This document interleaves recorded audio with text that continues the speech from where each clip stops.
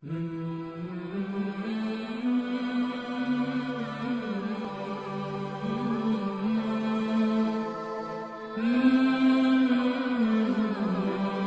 അലൈക്കും വറഹ്മത്തുള്ളാഹി വബറകാതുഹു.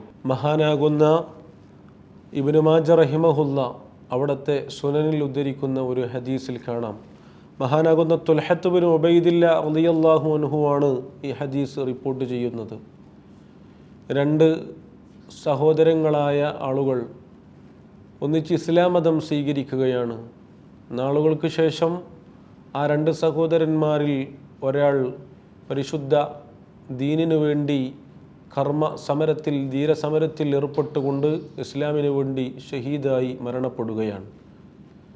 പിന്നീട് ഒരു വർഷത്തിന് ശേഷം ആ സഹോദരന്മാരിലെ രണ്ടാമത്തെ ആൾ സ്വാഭാവിക മരണം സംഭവിച്ച് ഈ ലോകത്തോട് വിട പറയുന്നു.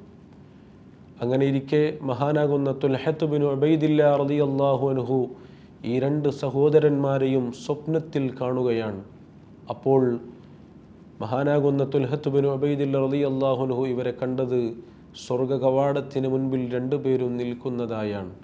സ്വർഗത്തിൻ്റെ മാലാക വന്ന് ആദ്യമായി സ്വർഗത്തിലേക്ക് കൂട്ടിക്കൊണ്ടുപോയത് രണ്ടാമതായി മരിച്ച സ്വാഭാവിക മരണം നടന്ന സഹോദരനെയാണ്. ഇത് കണ്ട് അത്ഭുതം കൂറിയ മഹാനാകുന്ന തുൽഹത്ത് ബിൻ ഉബൈദില്ല റളിയല്ലാഹു അൻഹു പുണ്യപ്രവാചകർ സല്ലല്ലാഹു അലൈഹി വസല്ലമ തങ്ങളോട് പോയിട്ട് ചോദിച്ചു, നബിയെ, സ്വാഭാവിക മരണം സംഭവിക്കുന്നവനേക്കാൾ പ്രാധാന്യം ഷഹീദിനല്ലേ? മുത്തുനബി തങ്ങൾ അതെ എന്ന് പറയുകയാണ്. എന്നാൽ എനിക്ക് ഇങ്ങനെ ഒരു അനുഭവമാണ് ഉണ്ടായത് എന്ന് പറഞ്ഞപ്പോൾ ഹബീബായ സല്ലല്ലാഹു അലൈഹി വസല്ലമ തങ്ങൾ ചോദിച്ചു, ആ മനുഷ്യൻ, സ്വാഭാവിക മരണം നടന്ന മനുഷ്യൻ ഷഹീദിനേക്കാൾ ഒരു വർഷം കൂടെ ജീവിച്ചവനല്ലേ?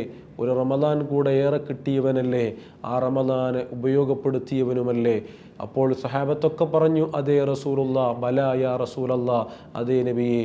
അപ്പോൾ ഹബീബായ സല്ലല്ലാഹു അലൈഹി വസല്ലമ തങ്ങൾ പറഞ്ഞു, അത് തന്നെയാണ് ഷഹീദിന് മുൻപേ ആ സ്വാഭാവിക മരണം നടന്ന മനുഷ്യന് സ്വർഗം കിട്ടാനുള്ള കാരണമെന്ന് പരിചയപ്പെടുത്തുകയാണ്.